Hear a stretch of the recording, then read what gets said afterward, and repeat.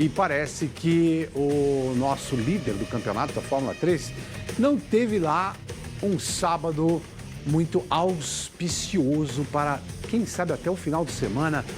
Thiago Mendonça, muito bom dia. Lipe Paiega, bom dia para você também. Bom dia. Eu quero ouvir de você, Thiago, as impressões desse sprint, que não foi exatamente o que a gente imaginava, não é? Bom dia.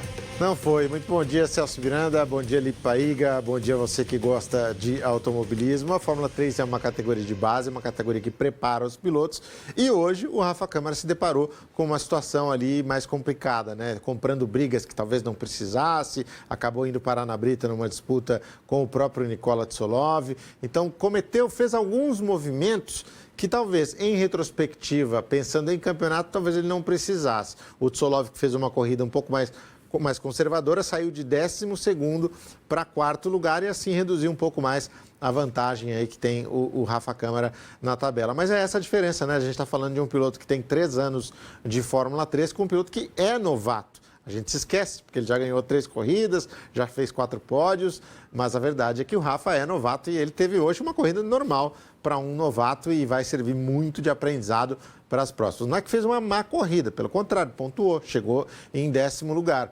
Mas, de qualquer forma, tem aí elementos para trabalhar, para pensar, para refletir, para que na corrida de amanhã ele consiga minimizar esse prejuízo, já que o Tsolov, vice-líder do campeonato, larga na frente e tem a pole position.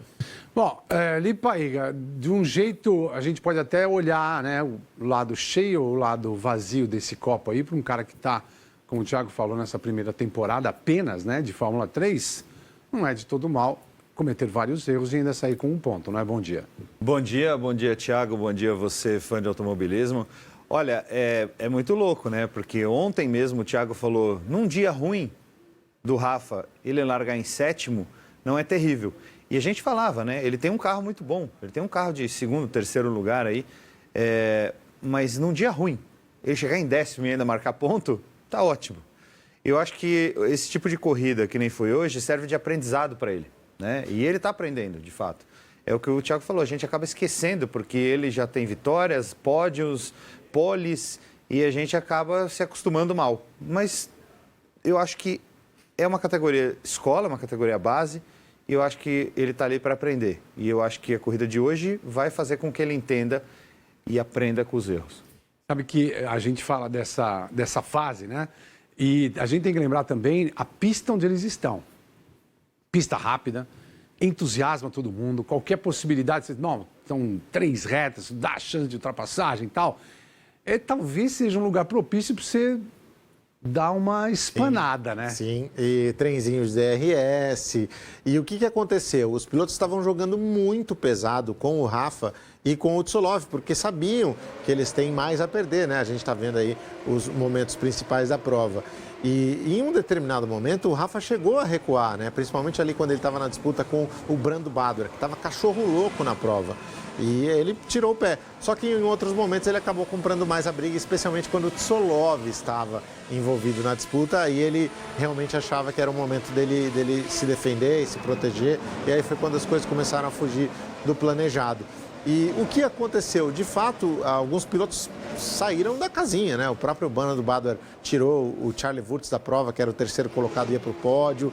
Então, muita gente cometeu excessos e acabou aí nessa empolgação que você mencionou, Celso, está atrapalhando a corrida. Então, o Rafa, nessa confusão toda, não conseguiu aproveitar muito bem e o Tsolov, com a experiência que tem, conseguiu aí arrancar um 4º lugar. Uma coisa do Tsolov, a gente vai ver aí, quando ele chega no adversário, quando ele chega no Hugo Schuko, que é o 3º colocado, ele vê que o Hugo Schuko está disposto a qualquer coisa, porque sabe que é o Tsolov, sabe que é o cara que está na disputa pelo campeonato.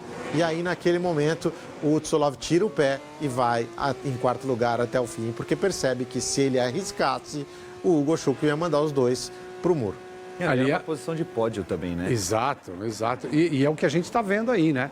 Nessa recuperação dos melhores momentos, estamos vendo um bocado de imagem e tendo a possibilidade de ver o quanto os caras andaram.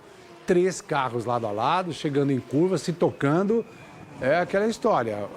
O ambiente é propício para esse tipo de disputa e os meninos estão aceitando todo tipo de provocação. Ninguém está, como você falou, se o Tsolov teve essa condição, a maior parte não. A maior parte estava querendo ver carbono voando. Exatamente assim, é assim que funciona na Fórmula 3, você tem aí as disputas muito parelhas, né? A gente está falando de 30 carros que num circuito curto andam quase todos aí dentro do mesmo segundo.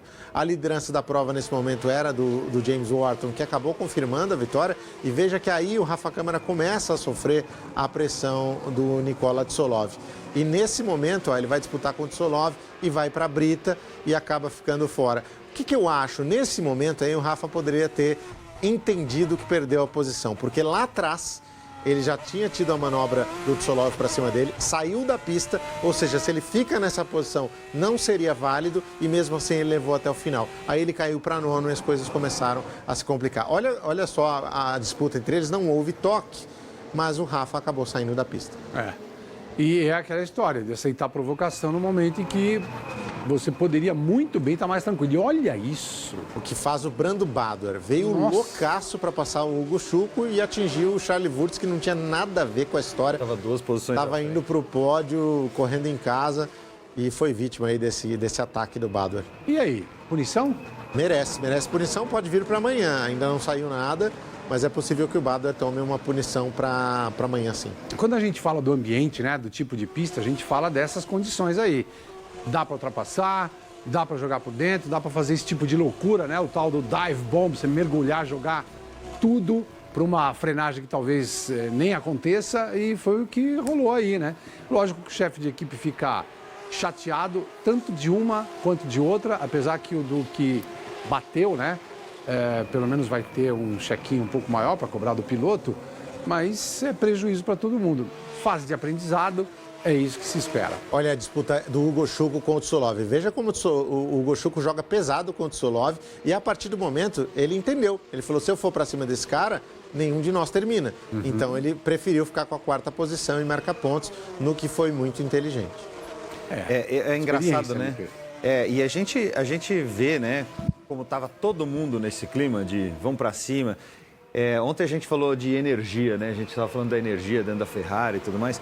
Cara, a energia... Você tem 2, 3 pilotos que estão fazendo isso, você muda a energia, a vibração de todo mundo que está na pista.